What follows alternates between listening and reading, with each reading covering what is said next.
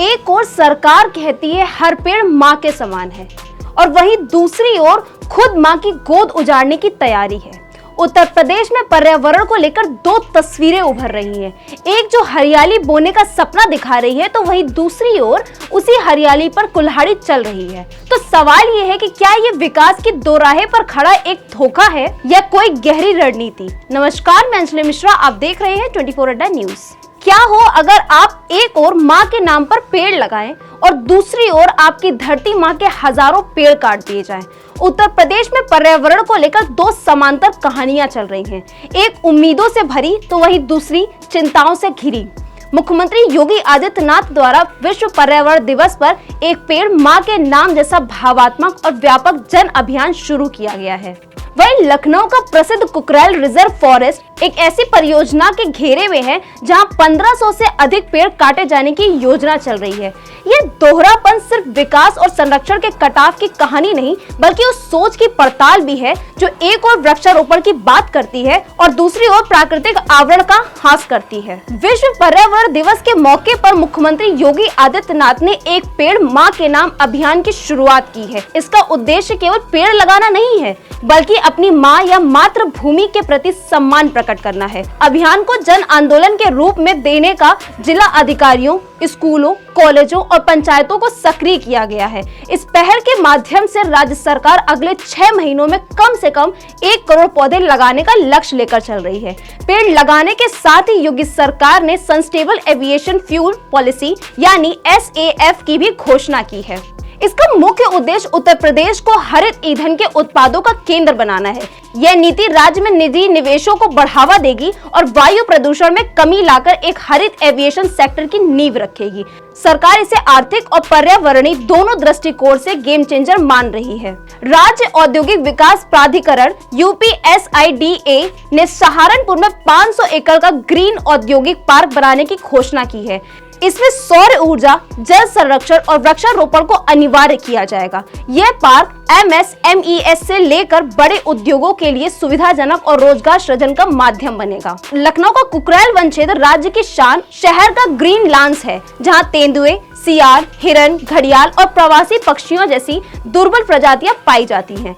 यही क्षेत्र अब नाइट सफारी और नए चिड़ियाघर की योजना के चलते खतरे में है। सरकार की योजना के अनुसार इस परियोजना के लिए 15,000 से अधिक पेड़ काटे जाएंगे और आधे से अधिक क्षेत्र को निर्माण कार्यों में लगाया जाएगा। यहाँ एक सवाल उठता है, जब एक ओर राज्य सरकार वृक्षारोपण माँ के सम्मान से जोड़ रही है, तो वहीं दूसरी ओर सरकार के अधीन पेड़ों की बलि क्यों दी जा रही है। कुकरेल जैसे संवेदनशील पारिस्थितिकी तंत्र में रात्रि सफारी और मानव निर्माण कार्य वन्य जीवों के आवास को खतरे में डाल सकते हैं। पेड़ काटने से गर्मी बढ़ेगी, वायु गुणवत्ता घटेगी और जैव विविधता नष्ट होगी। विशेषज्ञों का मानना है कि कुकरेल जैसे परियोजनाएं जब तक वैज्ञानिक अध्ययन, पर्यावरणीय मूल्यांकन और जन भागीदारी के साथ न की जाए, तब तक वे दीर्घकालीन नुकसान कर सकती हैं। पेड़ों का हटना सीधे शहर के तापमान को प्रभावित करेगा। घड़ियाल जैसे सरीसृप और प्रवासी पक्षी भी खतरे में आ सकते हैं। एक पेड़ माँ के नाम अभियान जनता को भावात्मक रूप से जोड़ रहा है, लेकिन क्या कुकरेल के लिए वैसी ही जन जागरूकता होगी। नागरिक समूह और पर्यावरणविद पहले ही इन परियोजनाओं के खिलाफ आवाज उठा रहे हैं। अगर जनता सच में हर पेड़ को माँ का दर्जा देती है, तो कुकरेल की हरियाली को भी उसी श्रद्धा से बचाना होगा।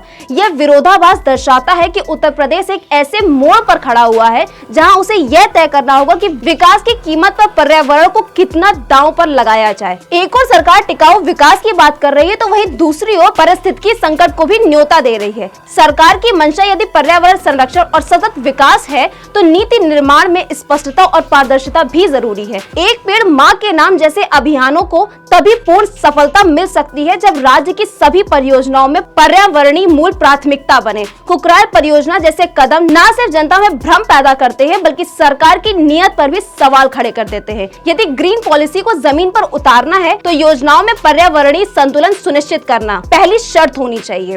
विकास का विकल्प केवल पेड़ों की कटाई या या कंक्रीट निर्माण नहीं होना चाहिए। पर्यावरणविदों का सुझाव है कि रात्रि सफारी या नए चिड़ियाघर जैसी परियोजनाएं उन क्षेत्रों में लाई जानी चाहिए जो जैव विविधता के लिए संवेदनशील ना हो। लखनऊ जैसे शहर में जहां गर्मी लगातार रिकॉर्ड तोड़ रही है, वहां वृक्षों का संरक्षण ही सबसे सस्ता और प्रभावी उपाय है। ऐसे में कुकरेल जैसे वन क्षेत्रों को छेड़े बिना वैकल्पिक स्थानों की तलाश करना अधिक समझदारी भरा कदम होगा। अब यह सवाल सिर्फ सरकार या योजनाकारों का नहीं है, बल्कि आम आदमी को जागरूक होने का भी है, जिस पर एक पेड़ मां के नाम जन आंदोलन बनाने की ओर बढ़ रहा है। उसी प्रकार कुकरेल को बचाओ भी एक पर्यावरणीय चेतना का प्रतीक बन सकता है। यदि नागरिक, छात्र, समाज सेवी संस्थाएं और स्थानीय प्रतिनिधि एकजुट होकर इस मुद्दे को उठाएंगे तो न केवल 1500 पेड़ बच सकते हैं, बल्कि ये देश में एक सकारात्मक मिसाल भी बन सकती है, जहां विकास और प्रकृति एक साथ चल सकते हैं बिना किसी टकराव के। एक पेड़ मां के नाम और कुकरेल परियोजनाएं, ये दोनों पहले उत्तर प्रदेश के दो चेहरे हैं। एक चेहरा संवेदनशील और संरक्षणवादी है जो प्रकृति को मां मानता है, तो वहीं दूसरा चेहरा विकास की दौड़ में जंगलों की कुर्बानी देने को तैयार है। उत्तर प्रदेश सरकार को यह सुनिश्चित करना होगा कि पर्यावरणीय एजेंडा केवल कागजी तक ना रह जाए, बल्कि हर परियोजना में धरती मां का सम्मान वास्तविक रूप में झलके। क्योंकि अगर मां के नाम से पेड़ लगाए जा रहे हैं तो मां की जमीन से पेड़ काटे क्यों जा रहे हैं। इसके और अपडेट्स को पाने के लिए देखते रहिए 24 न्यूज़। धन्यवाद।